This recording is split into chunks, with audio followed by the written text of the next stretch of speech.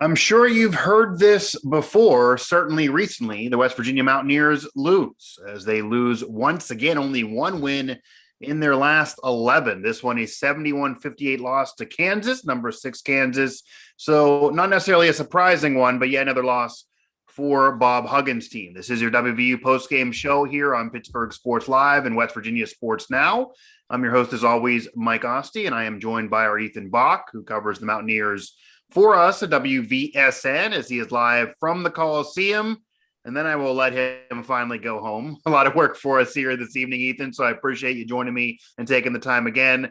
This is a game you're figuring the Mountaineers were going to lose. They haven't been playing well recently. You had that 7-game losing streak. You pick up one, but this is part of a gauntlet schedule. It's not going to get much easier coming up. They need to get some wins, but I don't think anyone thought this would be one of them. They end up having Kansas pull away and end up with a convincing win there in the second half. But when you look at this game, you get McNeil as your leading scorer, not Taz Sherman. Taz Sherman had been the leading scorer in basically the wins this year and certainly missed a lot of those 7 losses. Bridges is somebody that once again struggles from the field, 9 points, 3 for 9. How would you describe this game in terms of how this unfolded for the Mountaineers? And was there really ever a time where they had a chance in this? Because they did pull it close for a while. It wasn't like it was a blowout all the way through, 33-27 at the end of the first half. They're still in there, but Kansas just appeared to be too much.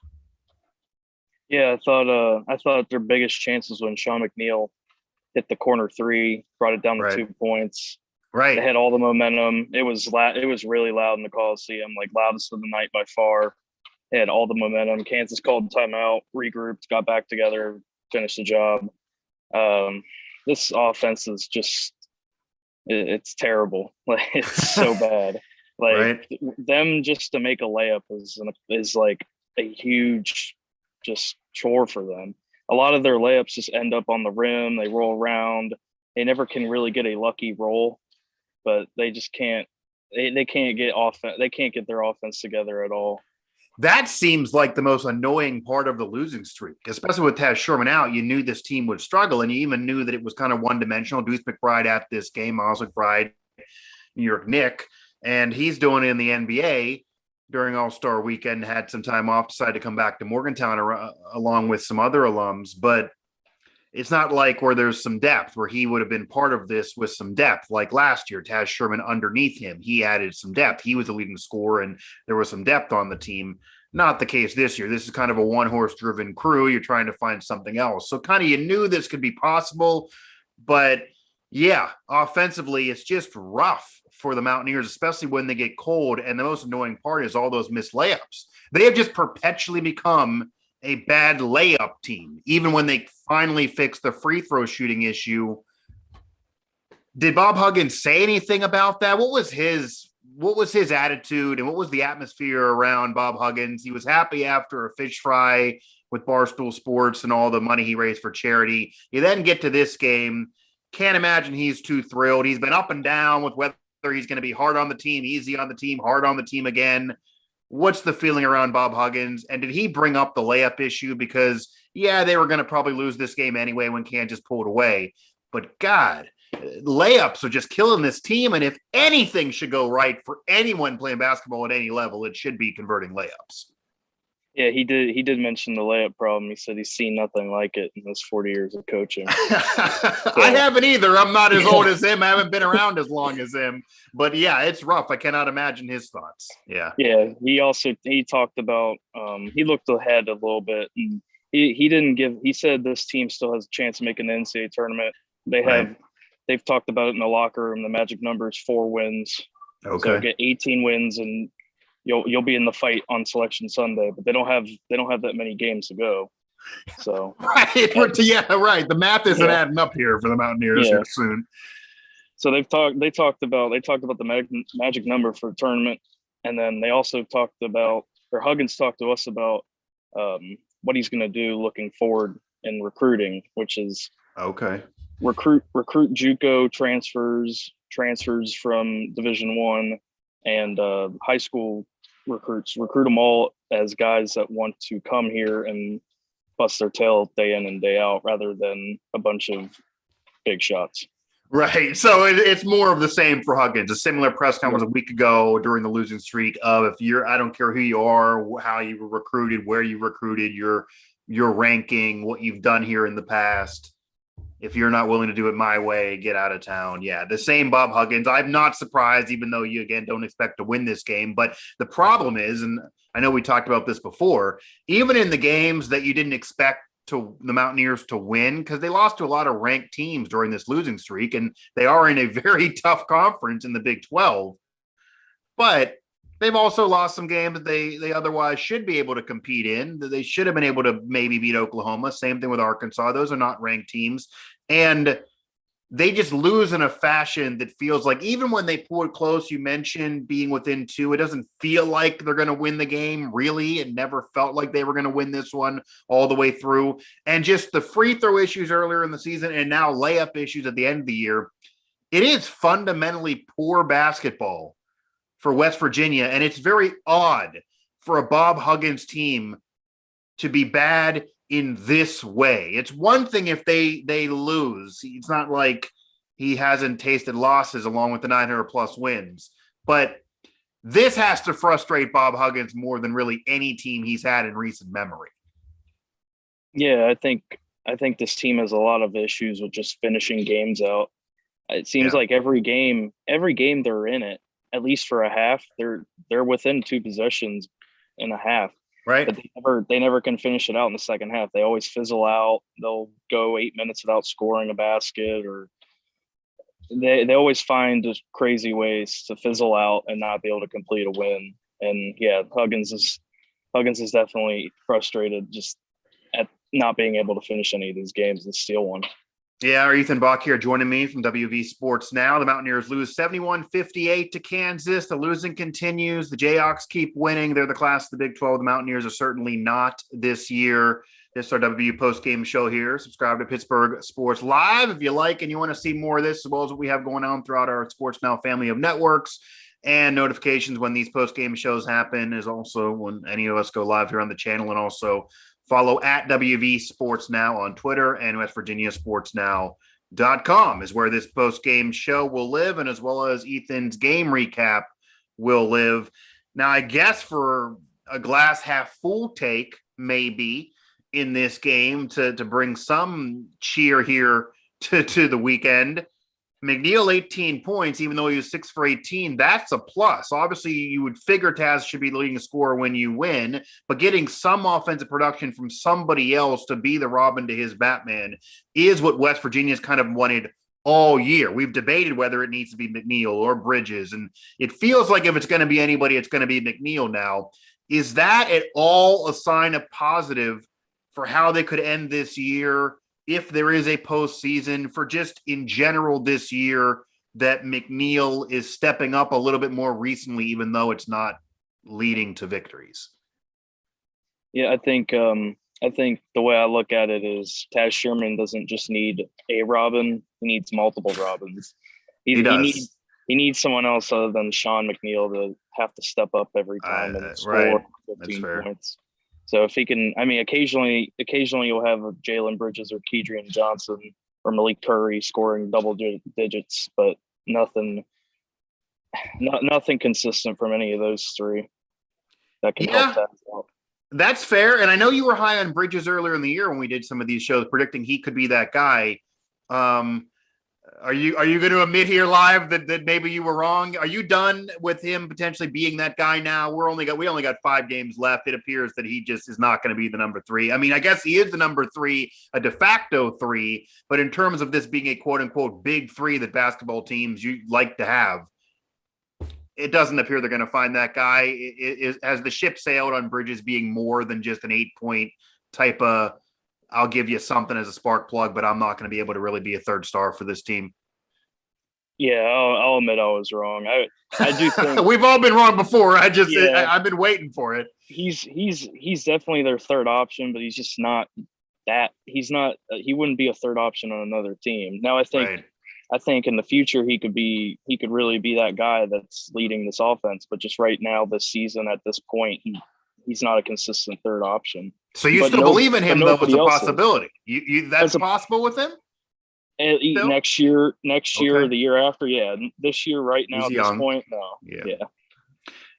Okay. Yeah.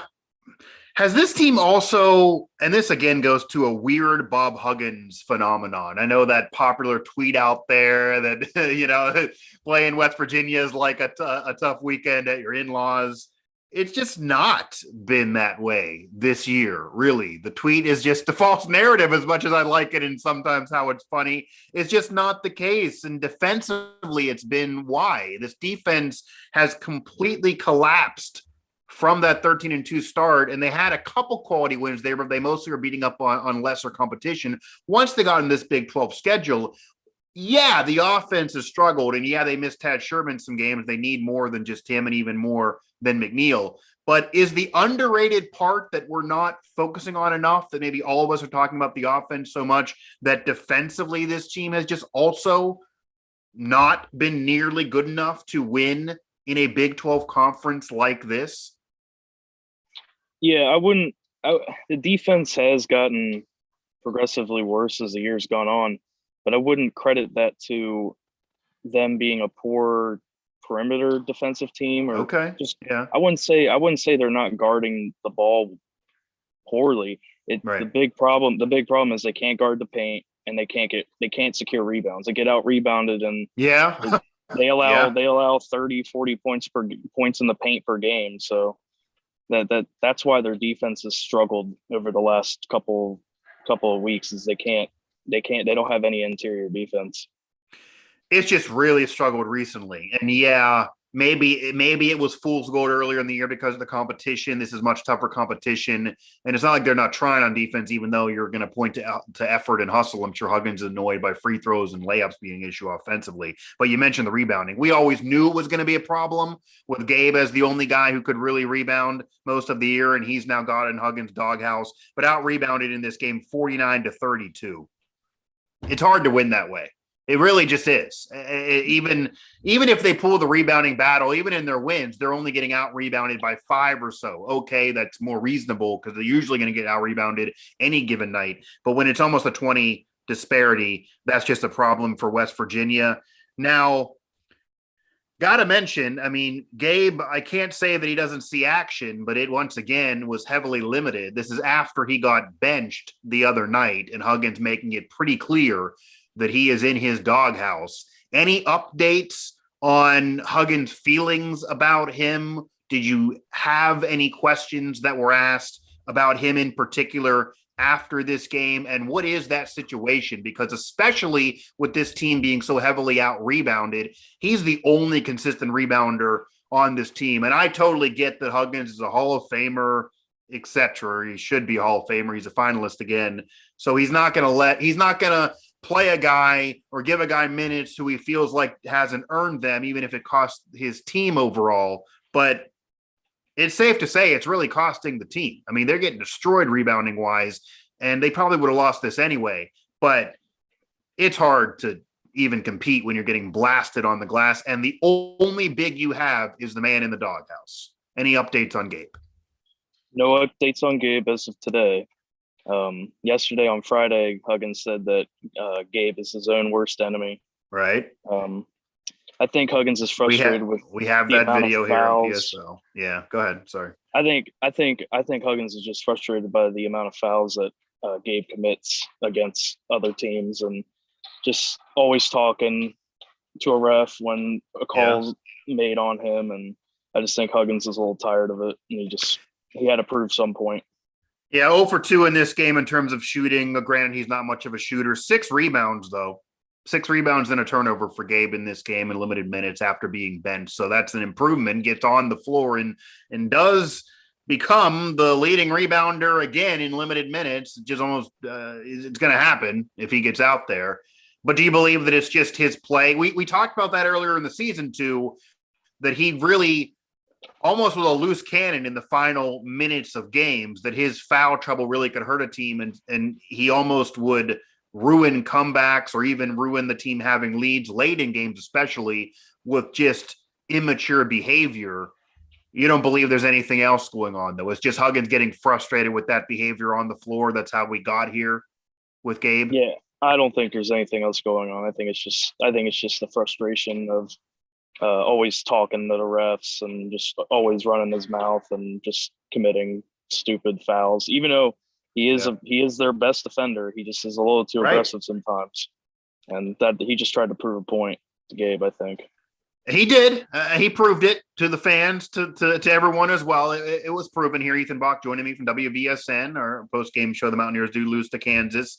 And once again, one win in their last 11 or 12. It's getting bad for West Virginia here as they do need to get wins. We did say that 17, 18 wins is that bar to even really be on the bubble. We mentioned that months ago. And they got, 5 left at 14? So, yeah, they got to go on a win streak here. It's going to be tough here in the Big 12. It almost feels like, Ethan, and I want to ask you this here, being around the program and covering this team, and I've been around this program. I've covered this team before. So, I'll give you my thoughts. It almost appears that Huggins knows this team is not going anywhere, and he's sending a message in general to this team with these comments about, I'm going to go after these JUCO players, and if you're a star – you got to be playing better than this. I need more effort. I'm not going to put up with any type of behavior. If you're not going to play it my way, get out of town, etc. He's talking about the future already. He's benching the leading rebounder and best defensive player, then giving him limited minutes. It almost feels like Huggins knows this team is not going anywhere, and he's just trying to send a message all the way through, almost preparing for next year already. Do you get that vibe at all, or do you really think that there's a Huggins who is full hands on deck for this year? I'm not saying he's quitting on the year, but you get what I'm saying? Yeah, I get that vibe. He does bring up that they still have a shot, obviously. Right. He brought up teams in the Big 12 that have worse records than West Virginia does, yet they're in the tournament field, like Oklahoma at 14-13. I do get the vibe though that Huggins hasn't given up on this team, but he's trying to prove a lot of general points. He's throughout the last couple of weeks, he's talked about how they handled the transfer portal wrong last offseason. Right. Curry, Kerrigan, and Polycap. And then tonight he talked about it again, saying that he wants guys that will give it their all, and he wants to recruit like Texas Tech does with Mark Adams. Just guys, grit and grind guys that will day in and day out leave it all. Huggins players. That's a Huggins player. Huggins wants those players. And if he's going to lose, he'd probably rather lose because of talent. And there is a talent disparity here, and certainly a depth of talent disparity here. But I'm sure he doesn't like losing in these ways. Maybe he feels like the effort's not there. You're missing layups, etc. So I'm sure this is the most frustrating way for Huggins to lose. And he's also mentioned at the end of years, if you recall, he mentioned at the end of last year, even at the end of the COVID year, I think this team is good enough to make a run in the tournament. He vocally will say when he thinks the team has a chance.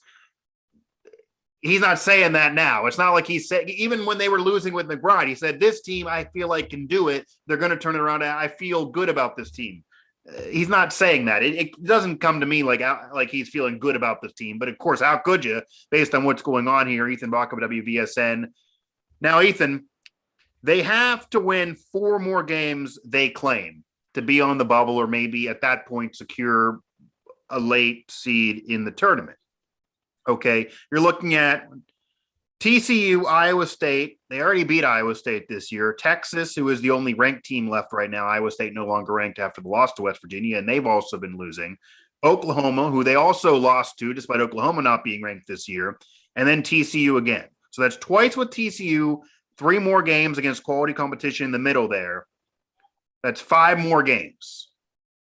What does this team need to do to make a run at the end of the year, to get on that bubble, even have that bubble not be popped? Is there any hope for this team to make that run and even going to that TCU game coming up? What do they have to do to avoid that game being just more disaster for West Virginia? But that's a 16-8 TCU team led by a coach who's been in the tournament countless times.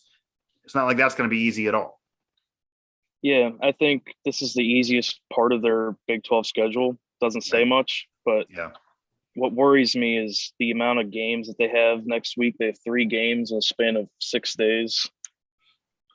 3 games the rest of the way are on the road. They've only won one road game all season at UAB. They can't put a complete game together. They can't ever just have consistent 40-minute games that are great. Right. I think they have a shot at winning 4 games.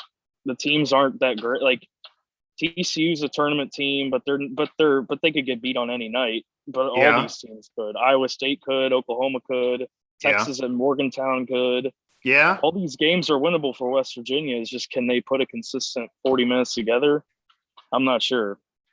I really don't know if they can do it. So there's not much reason to believe they're going to do it. I mean, I honestly have no hope in them winning 4 out of these 5, including probably needing to win both against TCU to make that happen. It just seems really, really unlikely. Anything tactical wise this team can do, or are they just riding these horses that Huggins is just incredibly frustrated with? And do you see more from Gabe? Is there a chance of more from Gabe? Do you think Huggins eventually comes around and says, look, I sent the message, benched him, limited minutes. He still was our leading rebounder in limited minutes. If we're going to have, I gotta give it to the guys and give us full Gabe. And if he fouls out of a game and kills us, what's the difference? We're probably going to lose anyway. Does this change the course of getting Gabe back the minutes that he had a month ago? Yeah, I think as long as Gabe can stay out of foul trouble, Gabe will rack up 2 fouls in the first minute that he's in the game. That's part of it. Yeah, it does make it hard. Yeah. So I think if Gabe can play and not be too aggressive on defense, I know he's aggressive, but just too aggressive for even Gabe. Right. He'll get back to the minutes that he was playing at. I think he'll be fine. This team needs to just find an answer overnight. Literally, they need to find an answer overnight, because they go to Fort Worth tomorrow. Yeah. They need to find out how they can turn the season around like magic. So they just need to play a full game of consistent good play, and they'll have a shot. They'll have a shot at getting back into the bubble. Yeah, I guess it would be like magic. I think that's the hope level right now. It would be like magic. You almost need to find that magic. I just don't see it happening there. Needing 4 out of the next 5, needing at least 3 out of the next 5 to get on that bubble is just not going to be easy, even though this is an easier part of the schedule. Amazingly enough, this team was once 13-2. It seems like eons ago and many moons ago at this point. And maybe this will lead to more minutes from Gabe. At least Huggins won't restrict them, but they got a lot they need to figure out here the rest of the way. Bridges is not going to be that third guy, even though he's forced to be that guy. And Sherman and McNeil are going to have to shoot the lights out. I feel like they're going to need better efficiency in terms of shooting. Even though they're scoring points, they got to get more to like 11 out of 15 than 6 out of 17 for this team to probably have a chance, unless Gabe goes 20 and 10. And I don't know if the minutes are going to be allowing to even make that happen. So I'm pessimistic about it. But they do have TCU coming up Monday night there in Fort Worth. And that is a TCU team that is a tournament team. So in no way an easy night for West Virginia, but some of these are winnable though. So they have a chance. They're now reinvigorated in motivation. We'll see what that does.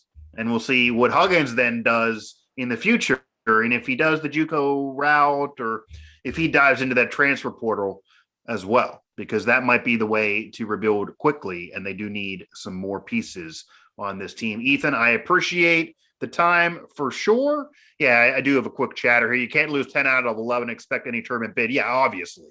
I mean, that no duh. The only way they even have a chance here is because of the win streak earlier in the year and all the wins they had earlier in the year. If they stack a 4 or 5 game win streak and they get to 18 or 19 wins, then that's a different story. But as we stand here, there's no reason for hope. And yeah, 10 out of 11 is just horrendous. Ethan, I appreciate the time. I'll let you go about your way. Once again, Ethan Bock here, joining me from the Coliseum as the Mountaineers lose to Kansas, 71-58. It was close for a minute, and then it wasn't. And it was back to what you'd expect. The Mountaineers lose again. They really got their backs against the wall, but they have a lot of games in a short amount of time left, basically needing to win them all to get that bubble for March. We'll see.